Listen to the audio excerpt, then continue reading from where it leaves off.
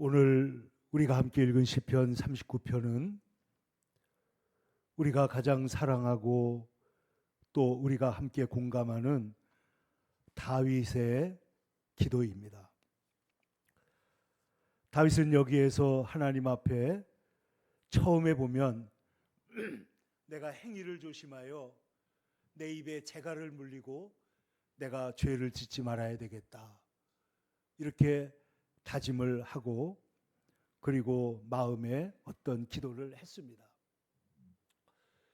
그런데 말을 안 하겠다고 결심을 하고 보니까 나쁜 말만 안 하는 게 아니고 자기가 선한 말도 하지 않고 있다는 것을 발견하게 됩니다. 그래서 2절에 말하기를 내가 잠잠하여 선한 말도 하지 아니하니 나의 근심이 더 심해졌다, 이렇게 말하는 거예요. 여러분, 우리가 말을 해야 됩니까? 하지 말아야 됩니까? 우리가 어떻게 해야 지혜롭게 또 바로 사는 길이 되는 것입니까? 근데 3절에 보면 다윗이 놀라운 얘기를 합니다. 내가 말을 안 하겠다고 딱 마음에 작정을 하고 있었더니 속에서 불이 올라오는 거예요. 우리 성경은 뭐라고 말하냐면 내 마음이 속에서 뜨거워서 작은 소리로 하나님께 말을 시작했더니 어떻게 됐느냐? 나의 혀로 이렇게 말하게 되었다.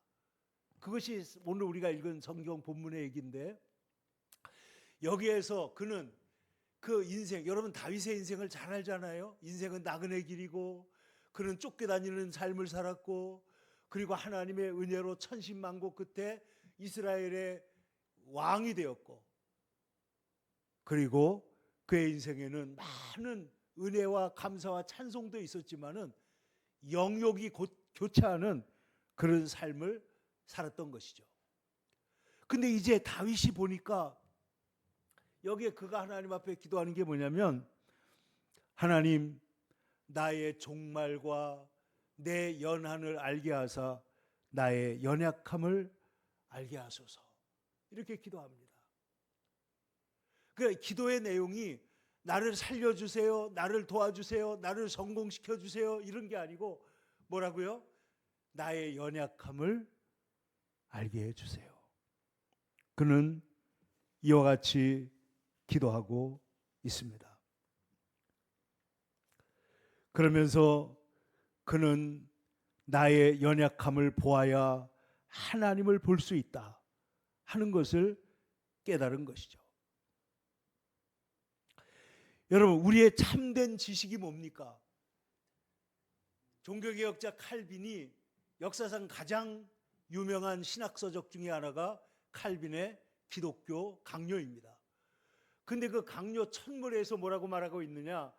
이 세상에 가장 중요하고 참된 지식은 두 가지가 있는데 이 둘은 서로 연결되어 있다. 그럼 그 지식이 뭘까요? 하나는 하나님에 대한 지식이고 하나는 나에 대한 지식인데, 하나님에 대한 지식이 없으면 나를 알 수가 없고 나에 대한 자각이 없이는 하나님을 찬송하고 영광 돌릴 수가 없다는 것이죠. 여러분, 오늘 성경에 보면 다윗이 이런 굉장히 심각하고 중요한 얘기를 합니다. 9절 한번 보시죠. 내가 잠잠하고 입을 열지 아니함은 주께서 이를 행하신 까닭입니다.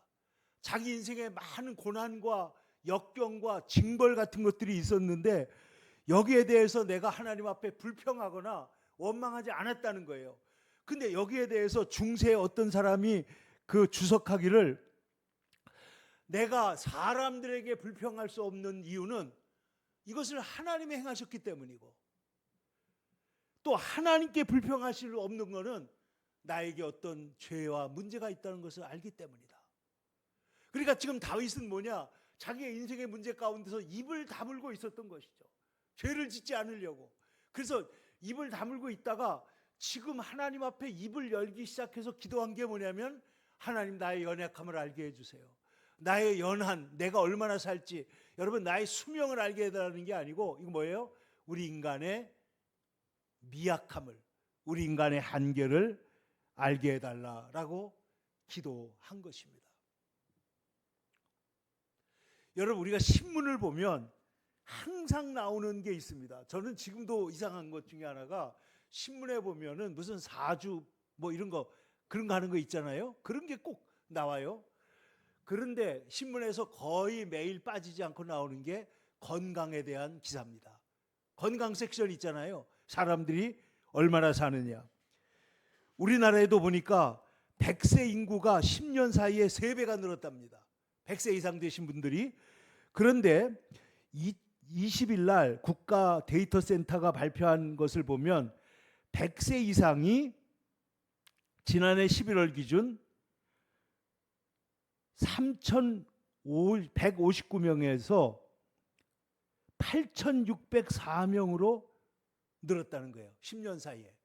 8,000명이 넘는 사람이 100세 이상을 사는데, 그중에 보니까 여자가 7,100명이고 남자는 1,400명이에요. 압도적으로 여자가 오래 삽니다. 저는 이것도 이해가 잘 안 가요.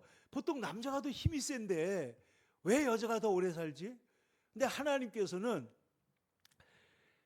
부드러운 것에 생명을 더 부여하시는 것 같아요. 그런데 보세요.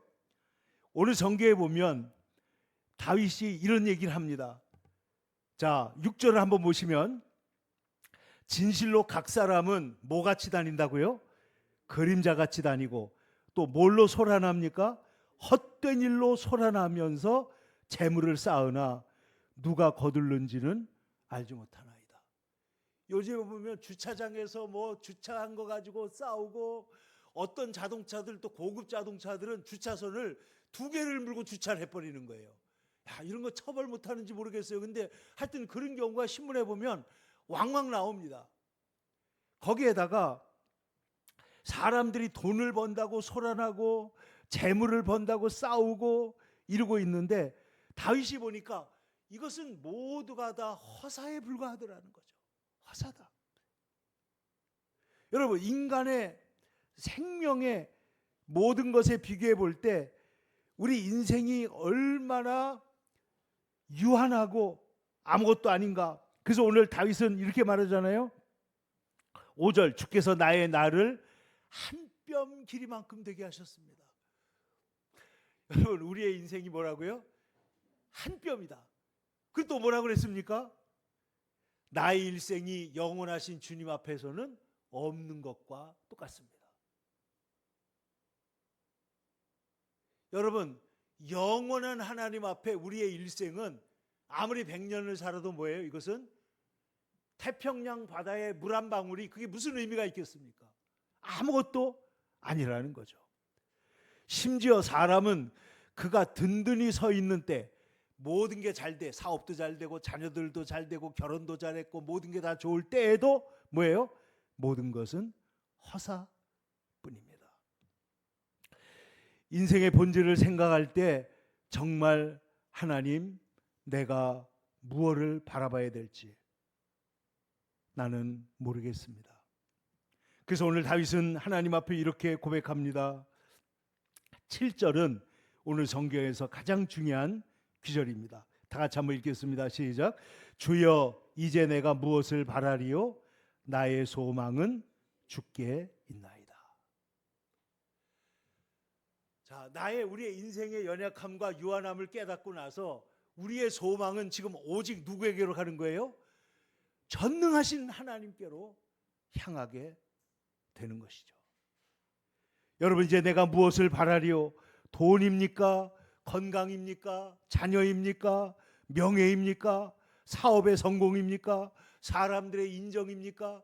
이런 것들을 우리가 바라고 싸우고 뭐 몸부림치고 했지만은, 다윗이 오늘 말하는 건 뭐냐? 내가 무엇을 바라리요? 내가 바라볼 분은 하나님밖에 없습니다. 그래서 하나님을 향하여 고개를 돌리고 전심으로 주님을 바라보는 것입니다. 예수님께서 어리석은 부자의 얘기를 하셨잖아요. 그때 그 말씀 중에 아주 여러분 중요한 얘기가 있습니다. 사람의 생명이 소유에 넉넉한 데 있지 않다. 사람의 생명, 사람의 그 삶의 기쁨, 사람의 삶의 그 모든 것은 소유에 넉넉한 데 있지 않다. 하나님의 은혜가 훨씬 더 중요하다는 것이죠. 예수님께서 그에게 뭐라고 말했습니까?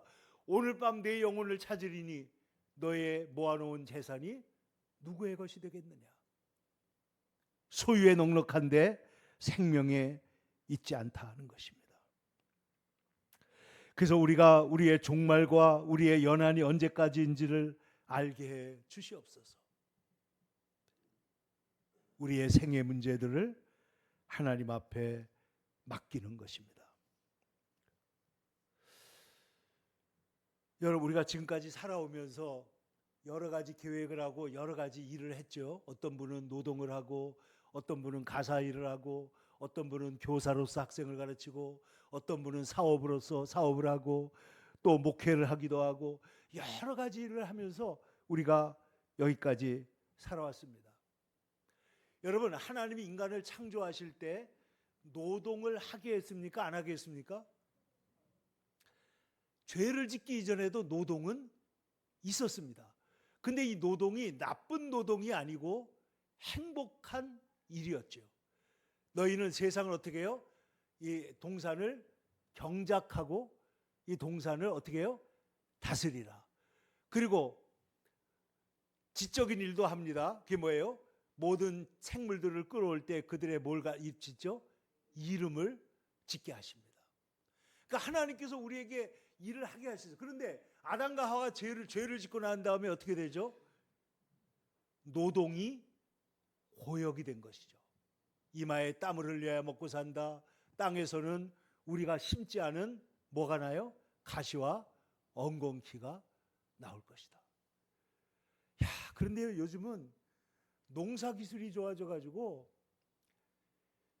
제가 엊그제 며칠 전에 복숭아 사는데 지나가서 우리 집사람이랑 얘기하다 보니까 복숭아 종류가 신문 보니까요 200종이 넘는데요. 복숭아 종류가 새로운 종자가 계속, 저는 아직 납작 복숭아 못 먹어봤는데 우리 어떤 탁구 선수가 탁구하다가 중간에 납작 복숭아 먹고 이겼다고 그래가지고 굉장히 유명한 적이 있잖아요. 별게 다 나옵니다. 근데 지금은요 이걸 넘어서서 이제 노동의 시대가 지나갈지도 몰라요. 이게 여러분, 이건 우리에게 기회이기도 하고 위기인데, 여러분, 제가 금요일 날도 말씀을 드렸지만은 신문에 요즘 뭐가 나왔냐면 주차 로봇이라는 게 나왔어요. 이게 뭐냐? 납작한 그 바퀴가 달린 로봇인데 얘가 자동차 밑으로 쏙쏙 들어갑니다. 360도 마음대로 돌아요. 얘는. 자동차는 어떻게 돼요? 꺾으려면 이렇게 꺾어가지고 또 들어가고 이렇게 해야 되지만은 얘는 360도 마음대로 돌기 때문에 자동차 밑에 딱 들어가지고 딱 들면 어떻게 돼요? 자동차가 바짝 들려요. 그럼 어떻게 돼요? 얘를 끌고 주차장에 갖다가 집어넣는데, 우리는 보통 주차장에 넣고 사람이 나오려면 어떻게 돼요? 옆에 공간이 있어야 문을 열고 나오잖아요. 그런데 이거는 문을 열고 나올 필요가 없어요. 자기가 갖다가 놓고 밑바닥으로 쏙 빠져나오니까. 근데 이 주차 로봇이 벌써 여러 곳에 지금 배급이 되기 시작했는데, 이렇게 되면 주차장에 차를 집어넣을 때 딱 갖다 놓고 로봇을 딱 부르면 얘가 와서 주차장에 넣었다가 나갈 때 되면 차가 좋아 그러면 얘가 어떻게 해요? 차 쫙 끌고 나오면 되는 거예요. 근데 그런 시대도 곧 지나갑니다. 왜냐하면 여러분, 웨이모라는 말 들어봤어요? 웨이모? 이게 이 길의 웨이라는 말과 모빌리티의 모를 붙인 말인데 자율주행 자동차입니다. 완전 자율주행. 요즘에 나오는 자동차 중에는요 핸들, 악셀, 브레이크 이 세 가지가 완전히 없는 자동차가 나왔어요. 그런데 자 보세요. 이 웨이모는 어떤 거냐? 이거는 우리가 어디로 갈지를, 이 스탠포드 대학의 그 스턴이라는 교수님이 계신데, 이분이 이 웨이모를 설계하고 사업됐던 분인데, 이분이 이런 얘기를 해요. 여러분, 인간보다 앞으로 100배가 더 안전한 운전자가 운전하는 자동차가 나온다는 거예요. 여러분, 우리는 운전할 때 어때요? 주의가 산만해가지고 다른 걸 볼 수도 있고 또 화장실도 가야 되고 졸릴 때도 있고 딴청을 필 때도 있지만 여러분 이 운전자는 졸지도 않습니다. 딴짓을 하지도 않습니다. 우리는 평생에 예를 들어서 몇천 시간 몇만 시간 운전할지 모르지만 이 웨이모는 수억 수십억 시간을 운전해 가지고 데이터를 쌓고 있기 때문에 이것은 우리보다 경험이 어마어마하게 많은 거예요. 그러므로 이 AI 운전사는 술도 먹지 않습니다. 졸리지도 않습니다. 근데 얘가 운전을 훨씬 더 잘하는 세상이 된다. 그러면 우리는 뭘 할 거냐? 노동을 안 해도 되거나 적게 해도 되는 세상이 올 텐데 그러면 창세기에 노동의 저주가 사라지는 거냐? 물론 그렇지는 않습니다. 그러나 우리가 할 수 있는 것은 이러한 시대에 어떻게 우리가 더 하나님을 찬양하고 어떻게 하나님의 영광을 돌리며 살 수 있느냐. 어차피 우리 인간은 일을 위해 태어난 존재가 아니라 하나님의 영광을 위해서 태어난 존재인 줄 믿습니다. 그러니까 하나님의 영광을 위한 본래적인 일에 더 집중하면서 살 수가 있기를 바랍니다. 저는 성경에 나오는 인물 가운데 뭐 꼭 부럽다고까지는 아니지만 가장 참 복된 인생을 산 사람이 이삭이라고 생각합니다. 이삭을 보세요. 이삭은 부모님이 어때요? 할아버지부터 신앙이 좋은 사람이에요. 예? 아브라함, 아버지부터 이삭 신앙이 좋은 사람이고 그 신앙을 이어받아 가지고 기도하다가 어떻게 해요? 리브가를 만나서 가정을 이루고 결혼을 했어요. 물론 여기에도 아무 어려움이 없는 건 아니었지만은 이 이삭은 어질고 온유할 뿐만 아니라 하나님의 복을 많이 받았습니다. 하는 사업이 잘 되는 거예요. 여러분 아시는 대로 이 이삭은 중간에 하는 일을 한번 바꾼 일이 있어요. 원래 이 사람이 뭐 하는 분이죠? 목축, 낙농을 하는 분인데 이 사람이 어느 날 뭘 했다고요? 농사를 짓습니다. 목축하던 사람이 농사를 지었는데 하나님이 어떻게 했다 그래요? 그 해에 100배나 얻었다. 그래서 큰 거부가 되었다. 여러분 우리의 인생이라고 하는 것이 우리가 노력과 어려움으로 살아가는 것 같지만은 여러분 하나님의 은혜와 축복의 영역이 여러분의 삶에도 있었고 또 앞으로도 더 있기를 축원합니다. 그래서 하나님의 은혜를 덧입은 거예요. 그래서 우리는 어떻게 하면은 이삭과 같이 살 수 있을까? 과학이 발전해서 우리가 하나님을 찬양하고 예배하며 더 좋은 일에 우리가 시간을 쓸 수 있는 그런 날들이 올지도 모릅니다. 하나님의 창조의 목적은 단순히 생존하는 것이 아니라 이 하나님을 예배하고 하나님의 창조 세계를 돌보고 이웃을 사랑하고 선한 일을 하도록 우리가 부름을 받은 것입니다. 그런데 오늘 다윗의 기도는 여기서 끝나지 않습니다. 나의 연약함을 알게 하소서, 나의 연한을 알게 하소서, 나의 종말을 알게 하소서. 나의 소망은 오직 주님께 있나이다. 그리고 그는 몇 가지 기도를 덧붙이는데 그것이 하나가 8절입니다. 우리 다 같이 8절 한번 보겠습니다. 시작.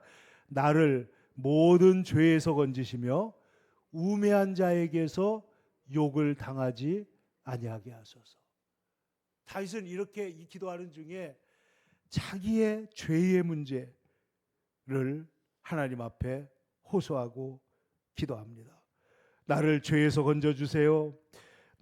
내 인생이 힘들지만은 그러나 그는 환경을 바꿔달라고 기도하는 것이 아니라 먼저 자신의 죄의 문제를 해결해 달라고 기도하고 있습니다. 저는 여기 특별히 우매한 자에게 욕을 당하지 않게 해주세요. 이런 기도를 하고 있습니다. 여러분 다윗은 어려움을 많이 당한 사람이라고 그랬죠. 여러분 다윗이 젊었을 때에는 다윗이 골리앗과 나가서 싸우려고 할 때 다윗이 누가 왜 저 사람을 그냥 내버려둡니까? 나가야 되지 않겠습니까? 할 때 형들이 뭐라고 그러죠? 다윗을 비난하면서 내가 양떼를 어디다 놔두고 왔느냐? 근데 양떼를 그냥 놔두고 온 게 아니고 지금 아버지 심부름 맞잖아요. 양떼를 누구에게 맡기고. 그 다음에 내가 네 마음을 아노니 너 지금 전쟁을 구경하러 왔다. 근데 사실 다윗은 전쟁을 구경하러 보고 공명심으로 말하는 게 아니고 하나님의 백성들을 모욕하는 저 골리앗 장군을 지금에 대해서 분노하고 있는 거잖아요. 근데 형들이 자기를 어리석게 시비를 걸어올 때 다윗이 어떻게 했어요? 형들과 싸웠습니까? 아니에요. 우매한 자에게서 욕을 당하지 않게 해주세요. 다윗은 일찍이 그런 기도를 했던 것 같아요. 우매한 사람들과 더불어 다투다가 내 인생을 낭비해서는 안 되겠다. 하나님의 은혜를 낭비해서는 안 되겠다. 죄를 지어서는 안 되겠다. 그래서 뒤돌아서서 뭐라고 그래요? 어찌 까닭이 없겠습니까? 하고 다시 골리앗에게 나가가지고 골리앗을 쳐부수는 거죠. 여러분, 사울이 그렇게 지긋지긋하게 다윗을 어떻게 해요? 괴롭히고 죽이려고 합니다. 그러나 다윗은 하나님 우매한 자에게서 욕을 당하지 않게 해주세요 하고 기도하고 그는 다시 하나님께 시선을 돌리고 있는 것이죠. 그래서 그는 이 모든 상황 속에 하나님을 바라보면서 하나님, 내가 억울한 일을 당해도, 내가 힘든 일을 당해도, 내가 잠잠하고 입을 열지 않았던 까닭은 이것은 하나님이 하신 일이고 나는 내 모습을 알고 있기 때문에 나는 잠잠할 수밖에 없습니다. 여러분, 욥의 인생을 생각해 보세요. 욥은 어떻게 했습니까? 그는 하나님 앞에 언제나 자녀들을 위해서 일일이 예배를 드릴 정도로 하나님 앞에 올바로 믿음으로 살려고 애를 쓰는 사람이었지만은 어느 날 갑자기 모든 재앙이 한 번에 닥쳐왔을 때 그는 하나님 앞에 뭐라고 기도해요? 옷을 찢으면서 주신 자도 여호와시요 취하신 자도 여호와시오니 주님은 찬양을 받으실 것입니다. 하나님께 예배하며 나아갔던 것이죠. 다윗은 어려움을 만났을 때 고난 속에서 환경을 탓하거나 타인을 탓하거나 보복하려고 하지 않고 다만 하나님 앞에 기도하며 주의 도우심을 구했습니다. 심지어는 그 아들 압살롬이 반역할 때에도 나를 우매한 자에게서 욕을 당하지 않게 하소서 기도하는 마음으로 문제들을 넘어서 나아갔던 것입니다. 한번 따라 합시다. 나를 죄에서 건지시며 우매한 자에게 욕을 당하지 않게 하소서. 여러분, 세상에서 어떤 우리에게 시비를 걸어올 때, 문제가 있을 때 오늘 이 기도를 기억하시고 하나님 앞에, 우리 주님은 십자가 앞에서 뭐라고 기도하셨죠? 아버지여 저들의 죄를 사하여 주옵소서. 저들이 자기가 무슨 일을 하고 있는지 알지 못합니다. 우리가 복수하고 원수를 갚으려고 하고 마음에 분노가 일어나고 잠을 이루지 못하는 이유는 뭐냐? 이 모든 것이 하나님 앞에서 일어난 일이고 또 하나님께서 억울한 자를 신원하신다는 사실을 잊어버리기 때문에 그렇게 되는 것이죠. 그러므로 우리의 기도는 저 사람을 없애달라, 하나님 복수해달라가 아니라 저 사람 때문에 내가 죄를 짓지 않도록 하나님 나를 돌아보도록 인도해 주세요 라고 기도해야 할 것입니다. 그리고 그는 이 징벌을 옮겨달라, 하나님 나를 용서해달라 말하면서 이제 그는 12절에 이렇게 간절히 기도합니다. 여호와여 나의 기도를 들으시며 나의 부르짖음에 귀를 기울이소서. 내가 눈물을 흘릴 때에 잠잠하지 마옵소서. 내가 눈물을 흘릴 때 잠잠하지 마소서. 나는 주와 함께 있는 나그네이며 나는 나의 조상들처럼 떠돌고 있습니다. 주여 나를 용서하사 내가 떠나 없어지기 전에 나의 건강을 회복시키소서. 얼마나 절실한 기도입니까? 여기에 보면 나는 나그네입니다. 여러분 인생 모든 사람은 다 나그네잖아요. 그러나 우리는 결정적으로 다른 점이 있어요. 우리는 누구예요? 나는 주와 함께 있는 나그네라는 거예요. 그냥 나그네가 아닙니다. 우리는 누구라고요? 주와 함께 있는 나그네입니다. 한번 따라합시다. 주와 함께 있는 나그네. 나는 주와 함께 있는 나그네다. 여러분 성경에 보면은 아브라함이 이렇게 고백합니다. 나는 당신들 중에 나그네요 우고한 자니라고 고백했고, 야곱도 애굽의 왕 바로 앞에 갔을 때 뭐라고 말하죠? 내 나그네 길의 세월이 130년입니다. 역대상에도 주 앞에는 우리의 열조와 다름이 없어서 우리는 나그네와 우고한 자라. 세상에 있는 날이 그림자 같아서 머무름이 없습니다. 우리 인생은 나그네다는 거죠. 그래서 나그네이기 때문에 성경은 우리에게 뭐라고 그래요? 나그네를 돌아보라 그랬죠. 여러분 예수님께서 천국에 갈 자기 우편에 있는 그 사람들에게 뭐라고 그랬죠? 너희는 내가 줄일 때 먹을 것을 주었고 내가 나그네 되었을 때 나를 돌봐줬다. 그러니까 우리 인생, 예수님은 우리 인생의 나그네의 본질을 아시면서 뭐라고 말씀하셔요? 너희가 나그네이므로 나그네를 돌아볼 줄 알아야 된다. 너희가 애굽에서 나그네였기 때문에 우리는 나그네의 정경, 나그네의 사정, 나그네의 속사정을 아니까 나그네를 돌볼 줄 알아야 된다. 이것이 기독교의 인간관이고 우리 다윗의, 우리 인간의 정체성이다 하는 것입니다. 우리는 나그네이지만 혼자 있는 나그네가 아니라 주와 함께 있는 나그네이다. 이것이 세상과 기독교의 차이입니다. 여러분 세상 사람들도 실존주의 철학을 보면, 실존주의 문학을 보면 인간의 허무하다는 것을 알고 있어요. 그러나 그들은 쓸쓸한 그냥 나그네라면 우리는 성도들은 주님과 함께 있는 나그네다.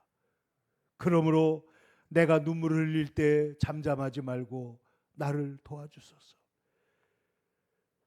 잠잠하지 말고 나의 기도를 들으시고 주여 나를 용서하사 내가 떠나 없어지기 전에 나의 건강을 회복하시고 나의 삶을 회복하시고 나를 도와달라라고 기도하고 있는 것입니다. 칼빈은 오늘 시편 39편을 주석하면서 기도는 우리의 원하는 것을 얻어내는 수단이 아니라 우리가 믿는 믿음을 실제로 믿음으로 옮겨가는 행위다, 이렇게 말을 했습니다. 기도는 방향이 있습니다. 기도에는, 오늘 다윗의 기도는 하나님의 약속의 말씀을 붙들고 약속에 의지하여 하나님께로 나아가는 행동이었다 하는 것이죠.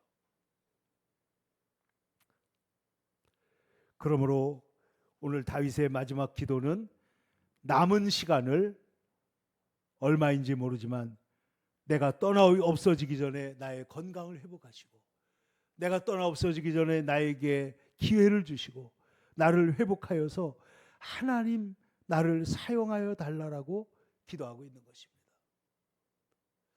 저는 그런 경우를 많이 봤습니다. 어떤 사람들이요, 젊어서 돈도 벌고 기회가 있었는데 그때 엉뚱한 데다가 다 낭비해버리고 정작 하나님께는 드릴 것도 없고 헌금을 제대로 해본 적도 없고 하나님을 위해서 한 것이 아무것도 없이 있다가 그냥 어느 날 덜커덕 세상을 떠나가는 거예요.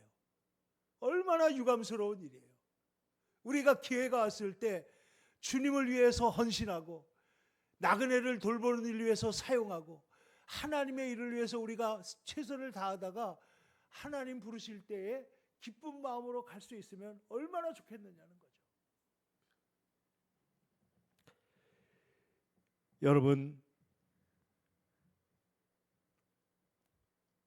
주님, 나는 주와 함께 있는 나그네입니다. 이제 주님 저를 용서하사 내가 떠나 없어지기 전에 나의 건강을 회복시켜 주소서. 나의 생을 회복시켜 주시고, 여기 건강은 다만 그냥 건강만 말하는 게 아닙니다. 우리의 남은 삶을 회복시켜 달라는 것이죠. 욥의 기도를 생각해 보겠습니다. 욥기 42장에 욥이 말하기를 전에는 내가 멀리서 하나님의 음성을 들었더니 이제는 주의 얼굴을 배웁습니다. 그 고난을 통해서 하나님을 보게 된 것입니다. 이 하나의 진실을 위해서 하나님은 지금까지 역사에 오신 것입니다. 하나님 앞에 나와서 지금 이 진실하고 겸손한 예배, 이 진실하고 겸손한 하나의 기도를 하나님께서 이끌기 위해서 지금까지 어떻게 얼마나 큰 역사를 이루었는지 모릅니다. 탕자가 거지로 전락하지 않았다면 아버지 집으로 돌아오지 않았을 것입니다. 다윗이 인생에 고난이 없었다면 이렇게 간절한 기도를 드리지 않았을 것입니다. 여러분, 오늘 한 나그네, 그러나 주와 함께 있는 나그네인 이 다윗이 하나님 앞에 드리는 기도, 우리의 인생이 비록 한 뼘에 불과하지만은 그러나 그 한 뼘을 누구와 함께 걷느냐, 누구와 함께 우리의 인생을 마감하느냐. 마침내 영원의 나라의 커튼이 열리고 우리가 하나님 내 나라 갈 때 우리를 맞으시는 주님 앞에서 주께서 우리에게 말씀하시기를 잘하였도다 착하고 충성된 종아 라고 말하시는 그날까지 우리의 기도, 우리의 삶이 오늘 다시금 새로워지게 되기를 간절히 축원합니다. 기도하겠습니다. 거룩하신 아버지 하나님, 지금까지 저희의 삶을, 우리의 인생들을 인도해 주신 것을 감사합니다. 우리의 삶은 비록 나그네와 같이 외롭고 힘들고 또 모든 어려움들을 겪어왔지만 그러나 주님과 함께하는 나그네로서 여기까지 우리가 걸어오게 하신 것을 감사합니다. 이제 우리의 연약함을 다시 알게 하시고 하나님의 섭리와 하나님의 전능하심을 알게 하여 주시옵소서. 모든 소망을 오직 주께 두고 우리의 모든 삶을 죄에서 건지시고 우매한 자들로부터 건지시고 나의 눈물을 하나님 회복하시고 주님 다시 한번 기회를 주사 하나님 나라 하나님 영광을 위해서 한번 귀하게 쓰임받는 거룩한 성도들이 되게 하여 주옵소서. 그리하여 주 앞에서 정금같이 나오는 주의 백성들이 다 되게 해주시기를 거룩하신 우리 주 예수 그리스도의 이름으로 간절히 기도 올리옵나이다. 아멘.